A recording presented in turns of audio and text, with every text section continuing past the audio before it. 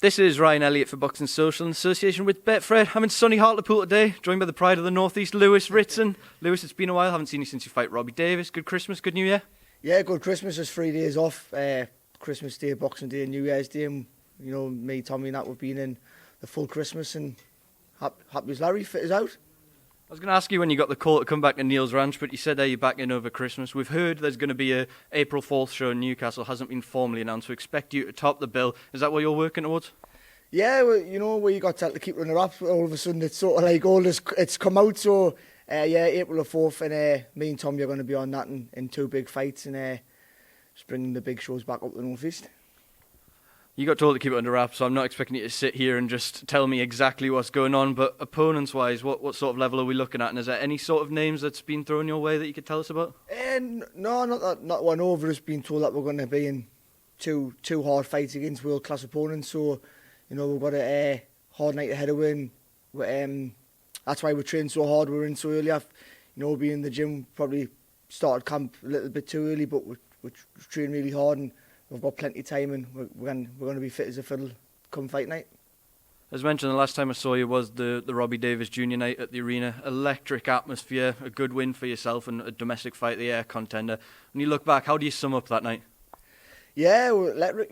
Sold over 2,000 tickets for that, and the atmosphere was mental. And clear winner on the night. Fought, watched it back a few times now, and Robbie keeps saying that he got his kegs pulled down and all that, but he must be watching a different fight. But it takes 2 to tango. He done his part, I done my part, and you never know, it might happen again down the line if I need him, but we'll see.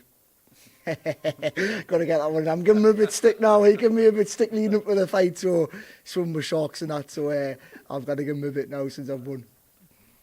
Now, obviously, going back to that night, no one had doubted your sort of entertainment factor as a fighter and even the power at lightweight as well. But there have been question marks about you as a 12-round championship fighter and the engine, etc. You told me in the build-up to that fight, I'm fit as a fiddle, the strength and conditioning, working with Neil full-time up here, it's all going to play its part. We saw that. The pace was electric in there. You, in most people's minds, clearly won the fight. You did get the win as well. Was it nice to sort of prove a few people wrong in there as well? Yeah, definitely, especially with Robbie, like the fight before me, he was British, Commonwealth and European champion, and sadly them titles couldn't be on the line, especially the European, which is something I would have loved to have won. But I think I proved people, I'm a 12-round fighter, I can't go that, and I can't go at a very high pace, and Robbie done that as well, so fair play to him. And it was just nice to prove people wrong, especially on the boxing side as well. The first 4 or 5 rounds off, got stuck into each other, and then it was nice to show people I've got more to my game where I can't move the head, I can't step back, and it was nice to prove a lot of people wrong, a lot of Sky pundits wrong, and like a lot of top trainers wrong, and I was happy we had a good laugh about it in the gym. Did you prove anything to yourself that night? Because going into the Patera fight, you'd mentioned that there'd maybe been a bit of pressure there with all the talk of St James's and stuff. This was a big night for yourself. There was talk of world titles down the line, etc. Huge domestic fight. When you came out, you seemed to be thriving. You were enjoying the occasion. Did you prove anything to yourself that night? No, and me and Neil know what I can do, what I'm all about. We spawn like the spawn when I've been with Neil. Selby in the build-up of the fight, we've spawned with a couple of our big names, and Neil knows what I can do. And as long as I listen to Neil, and then it's happy days. Neil told us that all I need to do is just turn up and do what I can do, and I'll win the fight, and that's what happened. And Neil knew I was a 12-round fighter. He's seen us, he picks up for the beach 10 to 8 every morning and Neil's there everything. He's there every strength and conditioning session. He's there every spawn session, every session in the gym, every run. It could be hailstone and paying down outside, and Neil Fannon's still there running it with you, making sure he's shouting you on, go ahead of us, keep going and going. And when we knew that we were going to, we said it before, we knew we had nothing to worry about. And that's no offence to Robbie, we had nothing to worry about with Robbie. And Robbie would probably think the same way in the build-up, in his training. And, we'll put on a good fight for the crowd, and that's what I was happy about. You mentioned there Neil's always with you, raring you on. You're up here at Fano's Ranch, as you call it, working with him and Tommy Ward day in, day out. What's the mood like around here at the minute? Because you're working towards big fights, you've got a nice bit of momentum. Tommy as well is looking like he's going to fight for a world title this year. What is that mood like?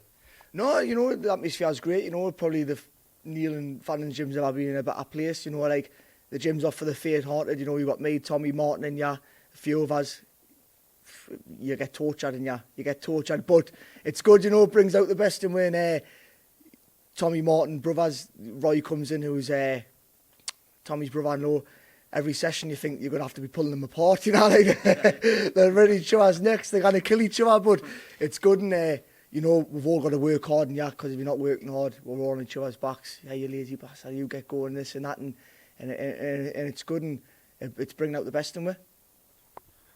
Going into 2020, obviously, you're going to be out in April, 4th of April, in Newcastle. What would be your ideal 2020, though? What sort of plan have you laid out in your head? Things you'd like to sort of achieve this year?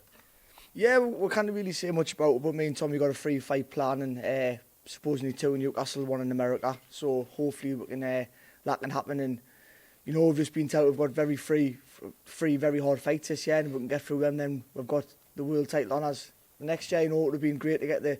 You know, I was getting a lot of stick for... I never called out Josh Taylor before in my life, but I was getting a lot of stick for saying that I would take that fight. But, you know, like, he's the best out there. He's got the belts.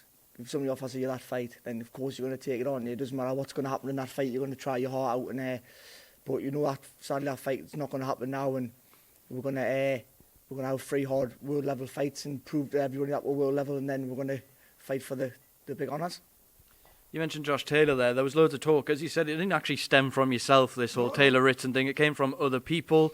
It was talked about by Eddie Hearn a lot, even post-fight after the Robbie Davis fight. As you mentioned, he's now gone with Top Rank. It looks like he's going to go into a mandatory defence and then fight Ramirez. So that fight appears to not be there in the near future. That said, you've harboured this sort of St James's dream for some time now. Do you think that's still a realistic possibility for the next couple of years if the profile gets big enough and you keep winning? Yeah, definitely. You know, that's the plan. We've already said when we're 3 fights this year. If Ramirez and Taylor fight each other, and their goal will become vacant, then we're going to hopefully fight for a vacant world title at St James's Park. And that's what we've been told, and that's the dream. So, you know, we're not getting ahead of ourselves. I told you before the Robbie Davis fight, we're going to take each fight as it comes, one by one, and just got to keep winning, got to keep putting out performances, keep people interested, and keep selling the tickets, you know, and hopefully we'll just keep selling more and more each fight, and that's the plan. Obviously, you've been in your fair share of domestic fights and won pretty much all of them. Did you feel the response get even bigger after the Robbie Davis fight? Did you feel it just went to that next level a bit?